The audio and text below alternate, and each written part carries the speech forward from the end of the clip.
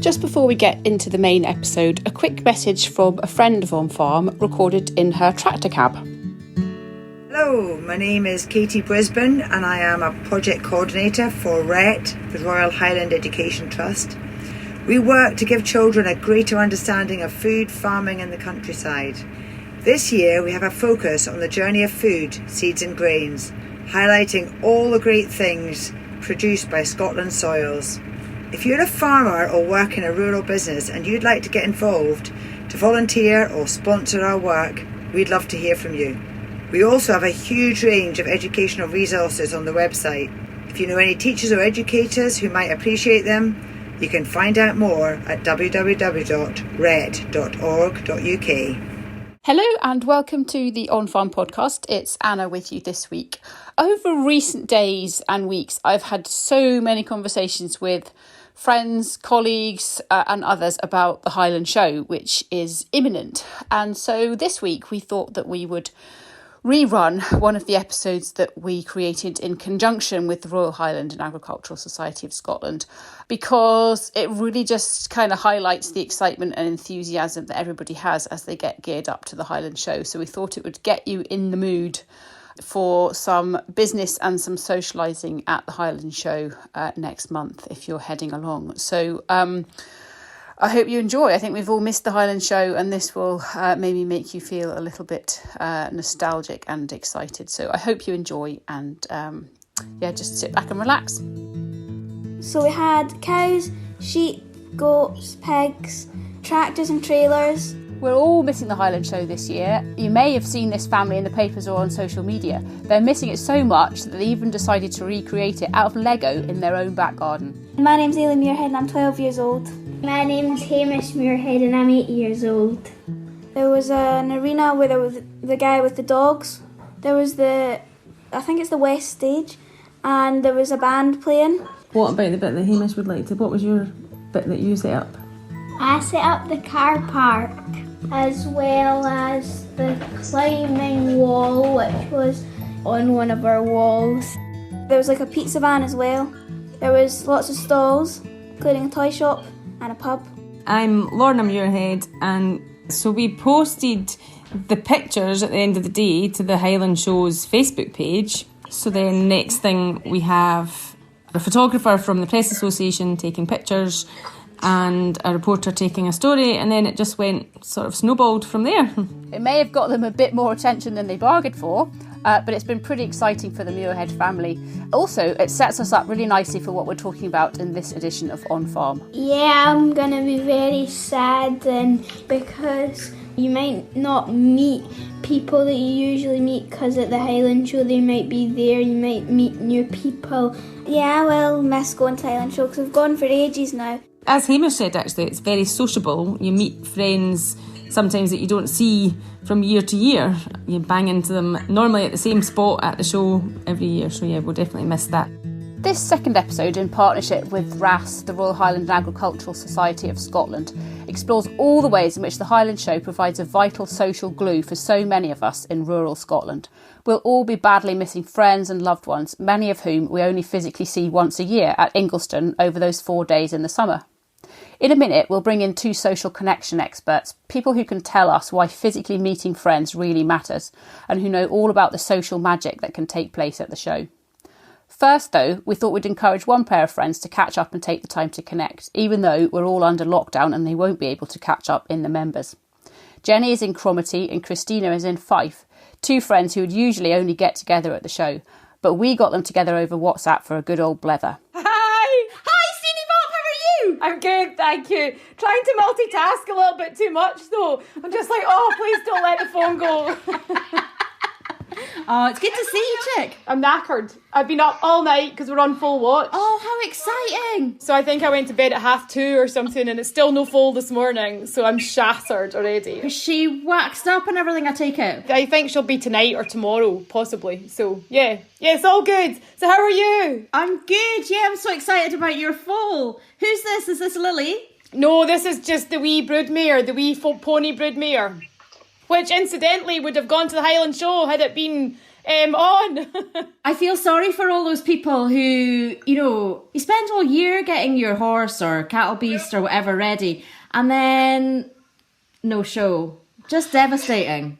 We'll eavesdrop a bit more on Jenny and Stina at the end of the episode. But now, here with me, listening in on a Zoom call, are Professor Sarah Skerritt from the Royal Society of Edinburgh, who's done a lot of academic research on mental health in rural communities, and Nina Clancy, Chief Executive of RSABI. So yes, Nina and Sarah, that in many ways that was a really uplifting clip, because you hear two old friends chatting as though they've never been apart. But of course, the reality is that actually for those two ladies, they live at the opposite end of the country, and they do genuinely only ever have an opportunity to catch up at the Highland Show, as do many people. And I think that's really quite saddens me in a way, because there are many people I would like to be seeing at the Highland Show and I won't this year. Nina, perhaps we'll kick off speaking to you, if that's okay. What do you think this means for people that are not having the opportunity to have this social interaction that they rely on every June? It's going to take a huge getting used to. It's something I don't think any of us have ever thought would happen. And I don't think you can replace that social contact and meeting up with friends that way. Seeing someone face to face, giving them a hug, you can tell so much from people's body language if they're in good form or bad form. And that clip, you could hear the happiness in their voices. And that plays off each other. So no, it's going to be very difficult for everybody, I think. Time will tell how different people are able to cope with that and the mechanisms that they might use to try and to go some way towards replacing these interactions. Now, Sarah, I'm sure you've been to the Highland Show many times. And your expertise lies, as we've said, in sort of resilience and communities and vulnerability. But just based on that experience and that knowledge you've got, what do you think the Highland Show really does mean to people? Not just the Highland Show, actually, but all of the local and regional agricultural shows. What do you think they mean to rural people and rural communities? Well, through the research we've done around mental well-being, people have told us how important it is to them to connect, and really connecting in ordinary places and in ordinary ways. You hear that when you're walking around the show, people saying, oh gosh, I didn't expect to see you. And then they're connecting in their own producer groups, the sheep producers, and there's rivalries between the Blackies and even the North and South Country Cheviot producers, And so there's those kind of communities as well. And so that people are identifying with their own communities. And we know from our own research how important that is for people's physical and mental well-being. So, it's going to be a real miss for folk, and people find other ways to connect. But really it is about that connection across Scotland, not only the Highland Show, central though that is for hundreds and thousands of people, but their own local shows as well, and competing as well with each other in a very healthy way. And the rivalries there are absolutely brilliant, and you can see them in the ring, and then you see them having a pint afterwards, and it's absolutely brilliant, absolutely brilliant. Yeah, intense rivals, but the best of friends 2 minutes later. I've also worked on different stands, so I had a few years with the National Rural Mental Health Forum, and RSABI is a member of that forum, and we have people really opening up there, and there's a couple of stories of people really opening up. The Highland Show and other shows offer that opportunity for people, if they want, to be incredibly open, and again, that might be the only time in a year that they are. There was one, I hope I can tell it without crying, because it really moved me. There was this old farmer who came up, and he stood at the front of the tent because it's labelled the National Rural Mental Health Forum. And he stood there for a while, and, obviously you'd judge whether to go up to someone or not, and I didn't. And he came over and he started talking to me and then said that he tried to take his life. And you listen and, try and understand. And he said if it hadn't been for his dogs, he wouldn't be there. And he said he walked up the hill with his gun, and the dog put his head on his knee, and that's what stopped him. And you don't know what to say, but thank goodness he was able to talk about it. And it's opportunities like that the show provides, and that's really important. whereas in your own community you're very well known. The Highland Show and other shows less so, but the Highland Show particularly give that opportunity to be anonymous, as well as connecting with those you love and can't wait to see again. So I think it has that wonderful mix that allows people to open up when they want to address stuff and to fully relax and have a good laugh. So it offers so much for people. Yeah, wow. Gosh, Sarah, where do we go from there? That was phenomenally moving, and I think just emphasises what, yes, for some people, the Highland Show is about drinking Pimm's and having a laugh, and we should never dismiss that, because that is crucially important for people. But for others, the Highland Show and other regional and local shows are hugely important for that, as you say, that opportunity to be a bit anonymous and be able to open up. It's important that people are there to speak to, and it's amazing that the strength of character in order for someone to be able to do that. I love the shows and events locally because of the happiness that a lot of people feel as a result of going. So they might not be in great form when they start the day, but by the end of the day and they're leaving, they've got a bit more of a spring in their step. They might have shared a problem with someone else and realise they're not in the same boat. They might have shared a funny story or experience, and that's caused great hilarity. Or quite often, farmers as well, that they've heard some poor unfortunate story and taking a bit of a smile out of that as well. I'm going back to what you're saying about the livestock lines. I mean, there's incredible camaraderie. They look after each other's stock and then they're competing against each other the next day. Also, the thing with the Highland Show, it's the creme de la creme. There's a certain pride in the community showing off the best livestock, the best food and drink, the best Scotland's got to offer. So when they're getting real down in the dumps with being blamed for climate change or for all the issues that vegans are raising, it's a sense of a common pride and there's a real lifting of spirits as a result of that. And just when you're walking around and seeing kids getting involved with agriculture, you just get a sense of the future, and it makes everybody smile, to be fair. I think that's brilliant. When you see the wee ones in their starched white overalls, bringing out some stock as well, I think that's awesome. And then you'll see the grandparents with them as well, grandfather or grandmother with them, sometimes in the ring as well. And you just think that's fantastic. That multiple generation thing going on, and the respect both ways. I think that's absolutely brilliant. I suppose it just emphasises as well that many people, when we hear the word community, we think local, don't we? But actually, community is local. It's your local village, your local show, your local county. But actually, your community can also be scattered throughout the whole of Scotland. Your community could be the people that you meet up with in the sheep lines. They're your sheep showing community. You might have an equine community.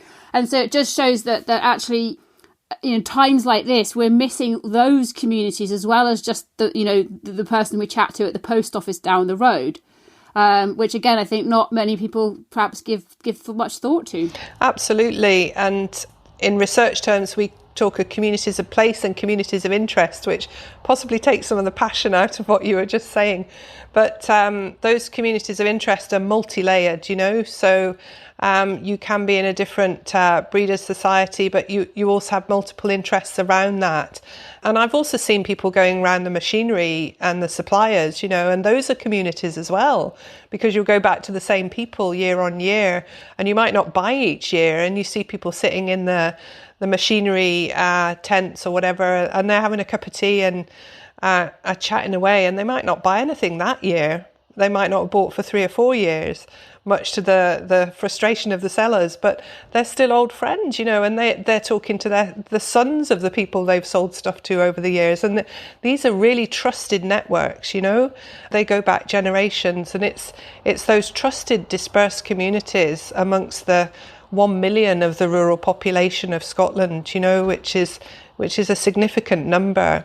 And that's what keeps people ticking over. That's what keeps people going, and that's why they keep coming back for more. The key to the success of the shows is it gives that opportunity to be connected, and it's that sense of connection which is so important for our happiness and well-being. That's what's at threat now with not having our shows and events partly. this summer. Yeah. You've just talked yourself into that, Nina, because a bit later in our chat, I'm going to ask you the difficult question of how, as individuals, we try and fill that social void that's been left by the Highland Show. We're going to change tack a little bit now by bringing in some new voices. So here's a clip from a young farming couple. Hi, I'm Jeannie. I'm 27. And I'm Andrew, Jeannie's partner. I'm 33. We live just outside Duns in Berwickshire. To tell you the story of how we got together, we met at the Highland Show. We knew each other beforehand and had seen each other at the odd social... we were in the same Young Farmers Club. We were in Reston Young Farmers together, and you were really good friends with my cousins, and you'd been to Australia with my cousins as well. And but you and I didn't really know each other that well. And at the Highland Show dance, you were out with my cousin, John, and I was out with my Auchencrew college friends, one of the agricultural colleges in Ayr. We had a few drinks.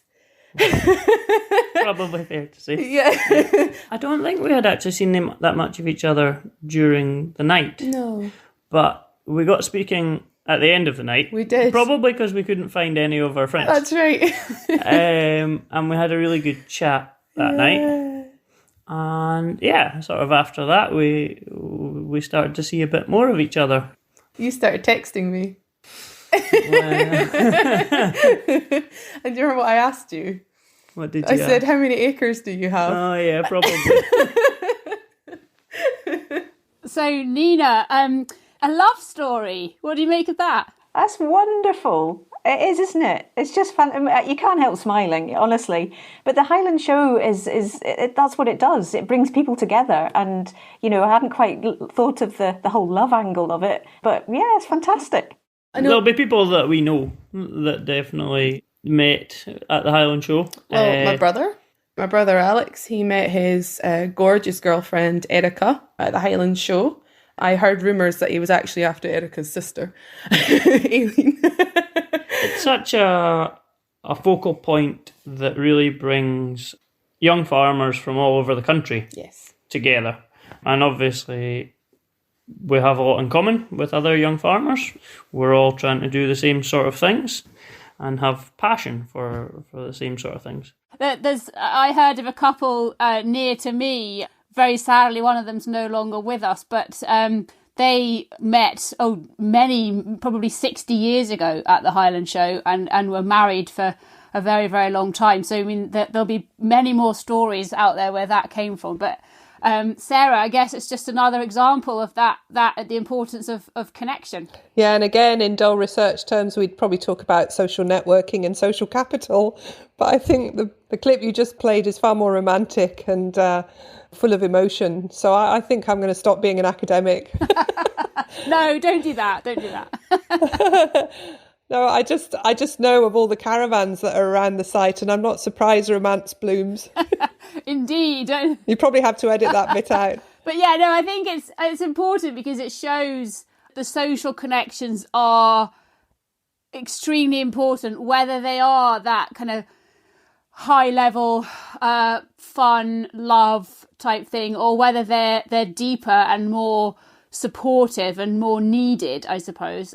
So that smoothly leads us into the next clip, and we're about to hear from Heather Wildman, who is a director of the Highland Society and also a business owner, and she really tells a story of how the Highland Show and other shows provide a really supportive mechanism for her and many other people too. For me, the Highland Show, you can get a little bit emotional when you think about that some of the days. I think we've all had different times where we've maybe been at a low point, our confidence is rocked, we've questioned why we're doing what we're doing.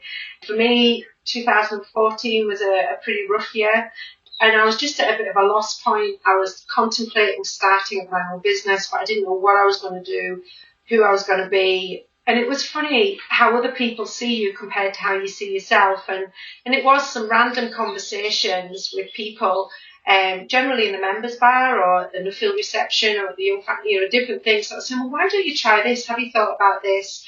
You need to speak to such and such. I'm going to give you this person's number, or let's meet up for a coffee after the show.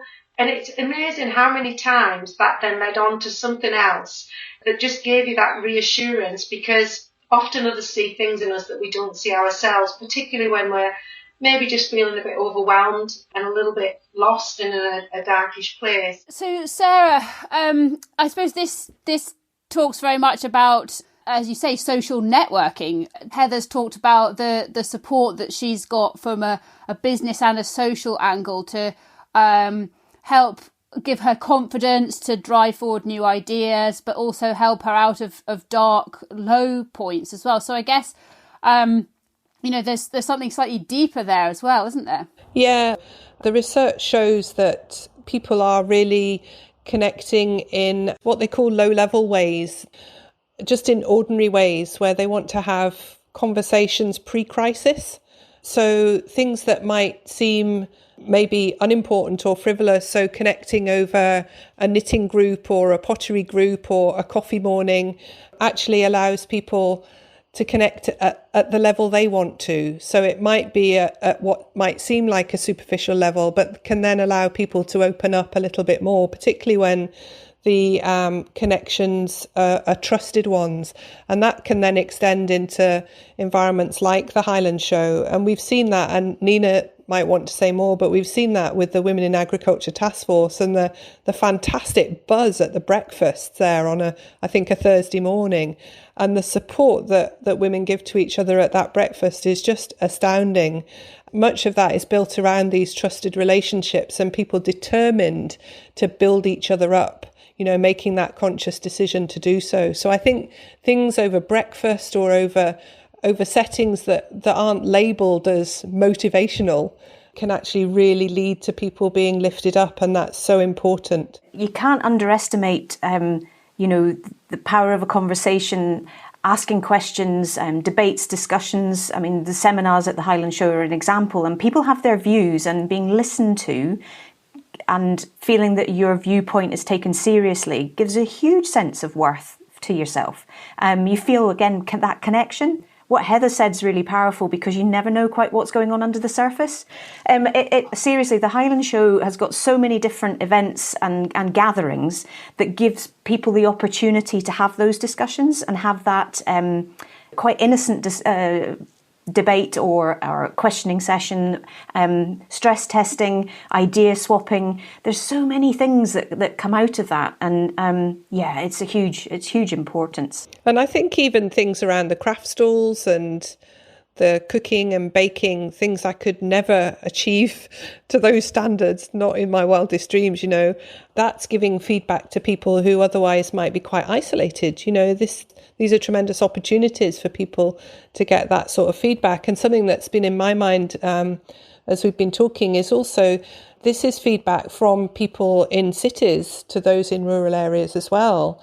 I think there's nearly 200,000 people come to the Highland Show, and many of those are from the cities who are coming to look in awe at much of what people in rural areas do and perhaps take for granted on a daily basis. So it's receiving those accolades and that affirmation, if you like, from people out with rural areas as well, which is really, really good for people to receive. It's really good for confidence and feeling that they are contributing so much to Scotland as a whole, the UK as a whole, and internationally. Yes, absolutely. And that's a key point, actually. And we're actually going to try and explore it in a whole episode of its own, is using local shows and the Highland Show as platforms to show what it is that rural Scotland delivers to everybody else. And I think that's absolutely critical.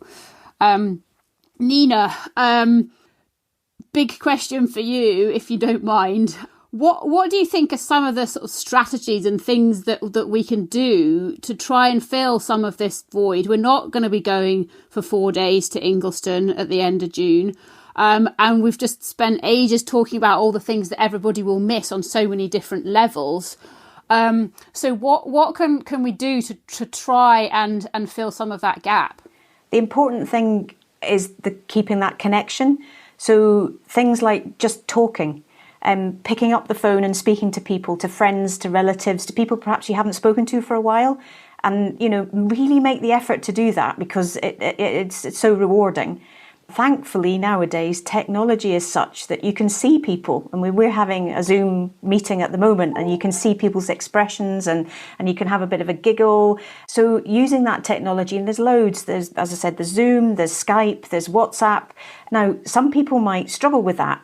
Some people might not know how to work digital stuff, but it can be so easy. I guess just pick up the phone to RSABI if you're not sure, but it's massive. You know, that you can have quizzes online, debates online. Young farmers are fantastic. They've just had, I think, a painted welly competition, and that helps with that connection. So yeah, my suggestion is keep talking, make an effort. Get with your friends and family. I mean, just the other day, I had dinner with my sister and her kids, but in a virtual way, and we had such a laugh. So, you know, just make that little bit of an effort and it'll be well worth it. It's not going to completely replace that social contact that we've been used to, or indeed, you know, something as massive as the Highland Show, but that type of thing will really, really help. I was just going to echo what Nina was saying, really, about looking out for those who you know are likely not to be connected. I think that's something on my mind. You know, we all perhaps know people who are on their own, and you can sometimes find out from someone else what their favourite food is, or, you know, their favourite book or something else, you know, and just drop that off. And also e-cards, you know, and you can do these, I can't mention the name of a company, obviously, because there are many good ones, but you can do these cards with a photo, these sorts of ways that we use technology, but they're then physical things that people receive. Nina was mentioning the young farmers, and I know a bunch of farming friends who are having the equivalent of a pub quiz every Friday night, and they're taking it in turns to set the quiz and getting the drinks in. And so it is as if they're together. It's not the same, obviously, but again, looking out for each other and checking on who's not there on a particular week and so on. And using Facebook to send round group messages, you know, having a theme about the best sheepdog and things like that, keeping some of the competition going. And even during lambing time at the moment, I know some farmers are sending round photos of how their lambing is going, you know, so keeping some of that healthy competition going through this virtual chat is all really important. Going back to Sarah's point about reaching out to people that might be isolated and lonely, it's really important to try and do that, actually, because you'd be surprised, you know, just how much of a difference that can make to someone. But also, if you're worried about somebody, you know, don't hesitate to contact RSABI, because we're now phoning out more than 150 people on a regular basis, you know, just to have a chat. And there are, well, you know, if you're over 70 and you're on a farm and you're isolating, it can be a bit lonely.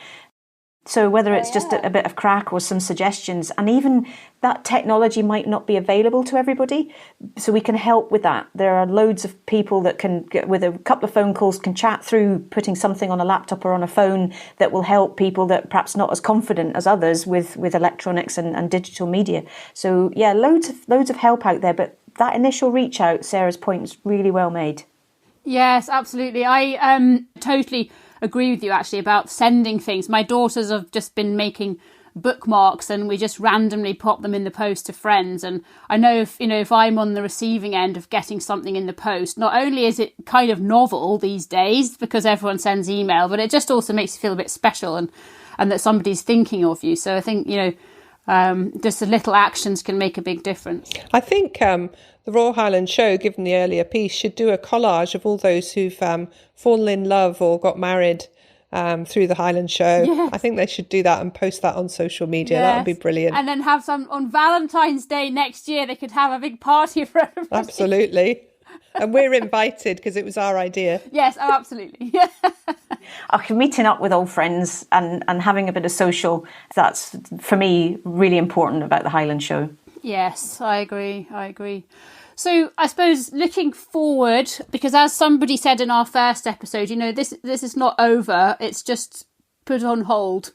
What will you be most looking forward to about turning up on the Thursday of the Highland Show 2021, do you think? I think connecting with people who you won't have seen for 2 years and just having even bigger hugs, you know, hugging them even more strongly because you'll be even more grateful. God, there'll be so many people running in the opposite direction if I start going looking for hugs.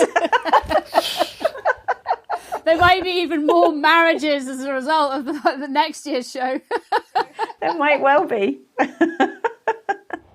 But some people will have experienced loss this year, and the mental health charities are talking about post-traumatic stress, not just the stress now, but the post-trauma. And they're talking of post-trauma as was after foot and mouth. And so there will be, people who will feel they got through. There will be a sense of resilience and having got through, and there will be a lot of people looking eye to eye and saying, thank goodness we're still here, and it's fantastic to see you, really fantastic to see you, and feeling a sense of gratefulness for still being around, and the Highland Show still being around, and being able to connect again. So I think that there might be an air of thankfulness and excitement around that as well, and gratefulness for being there. So I hope, And that goes back to what you said at the very beginning, Sarah, which is about the fact that it's an opportunity for people to open up and be a bit vulnerable. And so as well as, meeting our friends and the members for a drink, hopefully next year, those people who have suffered loss and have found it really difficult will feel comfortable and able to go to the right place, RSABI or wherever else, and be open and seek help that way. So again, the Highland Show will go back to serving its dual function of supporting people and helping people to have a blooming good time. Yeah, absolutely. So that's been very insightful and emotional as well, I think. Nina Clancy from RSABI and Professor Sarah Skerritt, I just wanted to say thank you again. I think it's been fascinating, so really appreciate it. No problem, thank you. Thank you very much. And thanks also to Heather Wildman and to our Highland Show young lovers, Andrew and Janie. Whether you want a bit of help with your mental health or just a bit of advice on how to set up a Zoom call, remember that you can reach RSABI every day between 7 in the morning and 11 at night on their helpline. And the number is 0300 111 4166. In next week's episode, we're focusing on the brilliant work of RET, the Royal Highland Education Trust, particularly the online resources that they've got for families during homeschooling and lockdown, and I certainly know how useful they are. After that, we're looking to hear from people who do business at the Highland Show. How are you coping this year? Tweet at @on_farm UK to get involved. We'd love to hear from you. And finally, because we now know the importance of staying connected and keeping in touch with friends, even if we can't see them face to face this summer, we're finishing up by going back to Jenny and Christina's video chat. They're reminiscing and sharing memories. And by the way, Diesel, for the uninitiated, is a drink that's equal parts lager and cider with a dash of blackcurrant. I think maybe I've tried it myself once or twice. Thank you so much for being with us, and see you next time. When was your first Highland Show, Jenny? So I was 6 months old. I was born in November, so I was 6 months old, my first Highland Show, and they left me at home, which I don't think they ever did after that. They took a mare and foal, Clydesdale mare and foal, to the show. Yeah, so I think I've gone every other year.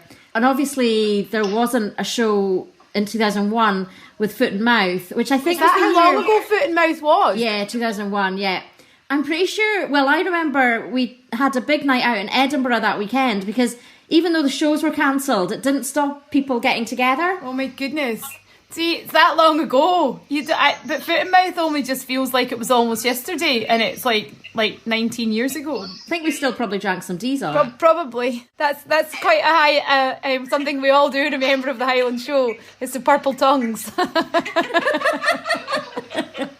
Yeah, so it's a marked difference with, obviously, between Foot and Mouth and this, because, as you say, we can't get together. But I don't know what we'll do at the week of the Highland Show. I'll need to have some Zoom chats and WhatsApp chats with folk, I think. I know. Feeling a bit lost. We'll maybe have to, take the mare and foal round the field and pretend we're at a show or something like that.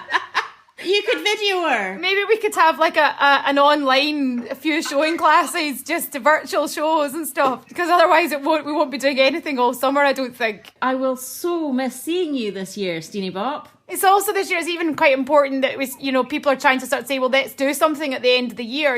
We will all get through this. We will all get to the other side. And at some point in time, they're going to let us all come together and, hug everyone and have a drink together and raise a glass. And hopefully, we'll get to that point and we'll be able to do that again in the future. And, I can't think of it. We'll definitely be raising a glass of gin sometime soon. Oh, without a doubt, Chick. Yeah, it's been so lovely to see you. Yeah, I know. You too. I know. I wish I could give you a hug. Well, give a virtual hug. Oh, take care and let me know about the foal. It could be a long week this week.